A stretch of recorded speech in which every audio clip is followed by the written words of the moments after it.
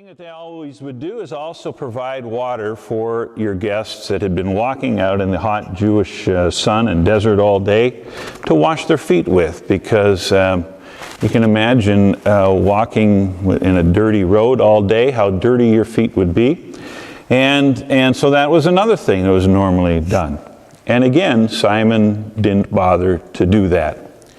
The attitude that Simon seemed to have was that he was better than everybody else. Because of his standing as a Pharisee, he was certainly one of the community leaders and a big wheel in the local synagogue and a big wheel in town. And he thought he was above that. I don't need to do that because I'm so important and so good. Well, the other person that Jesus met that day that we hear about was the woman. Now, this woman is unnamed, but she is the sinner. We don't know for sure why she's a sinner. We don't know that. Most people speculate that she was a prostitute, but we don't know that for sure, but that's probably a safe assumption.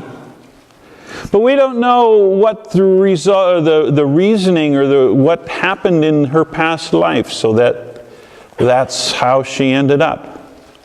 It's very possible that at one point in time she was married, and it could be her husband died, or her husband divorced her, or who knows what the circumstances were that caused her to have to turn to prostitution for her survival.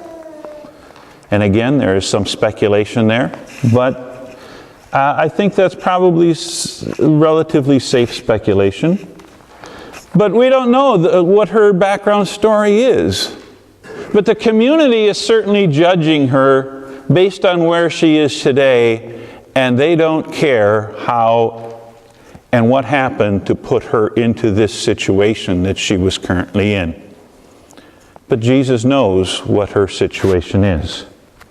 He knows that she is a sinner, and he knows what the circumstances were that put her into that situation.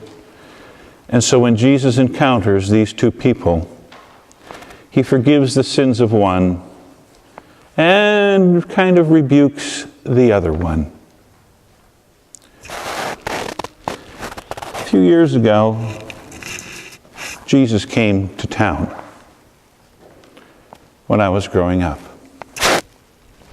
And there was a woman that lived across the street from us that had 3 children, and she had been married only once, and that gentleman wasn't sure that any of the kids were even his. She lived by herself with the 3 girls, struggling to make ends meet, struggling to find the money she needed just to put food on the table for those 3 girls.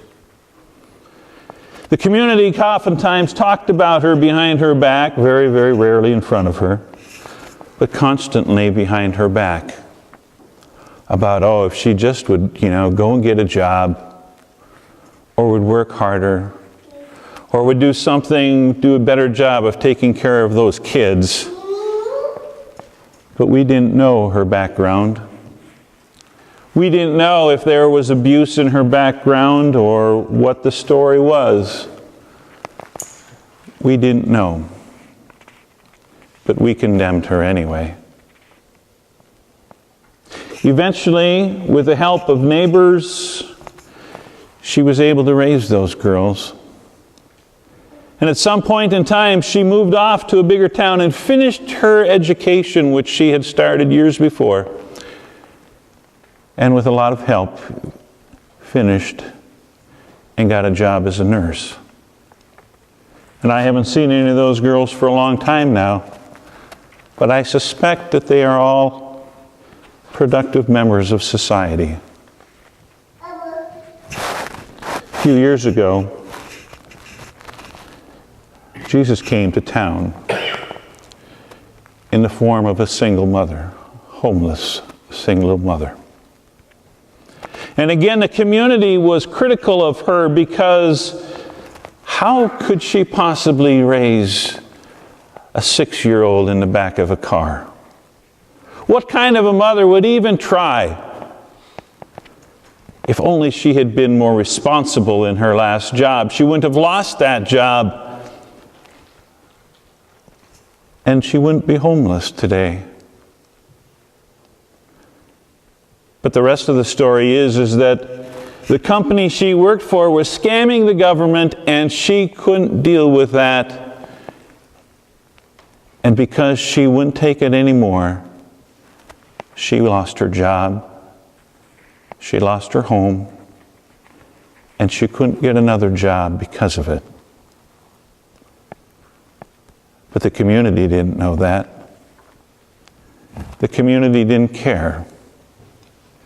And when I met her a couple of years ago, she had 2 jobs and was looking for a third. It wasn't because she didn't want to work.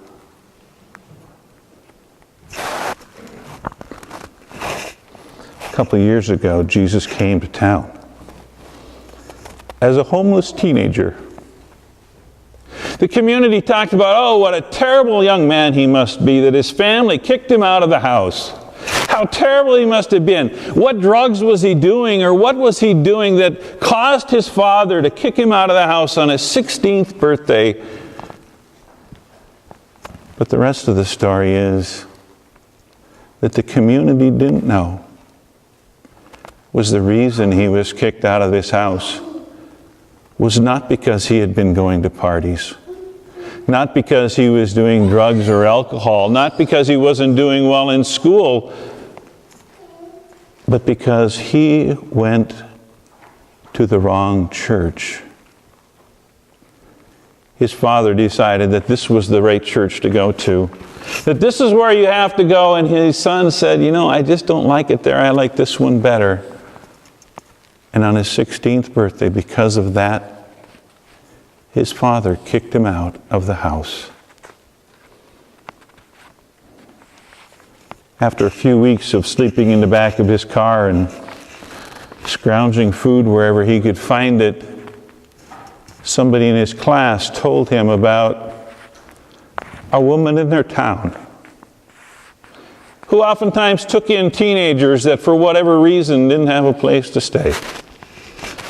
He showed up at her door. And she said, well, I've already got 5 kids in this 3-bedroom house. Only 2 of them were hers. But if you need a place to stay, we'll find a place. She said, but I don't know how long you could stay. You see, they've started foreclosing procedures on my house. But she was able to hang on to it. And he graduated from high school a year and a half later. I believe with honors.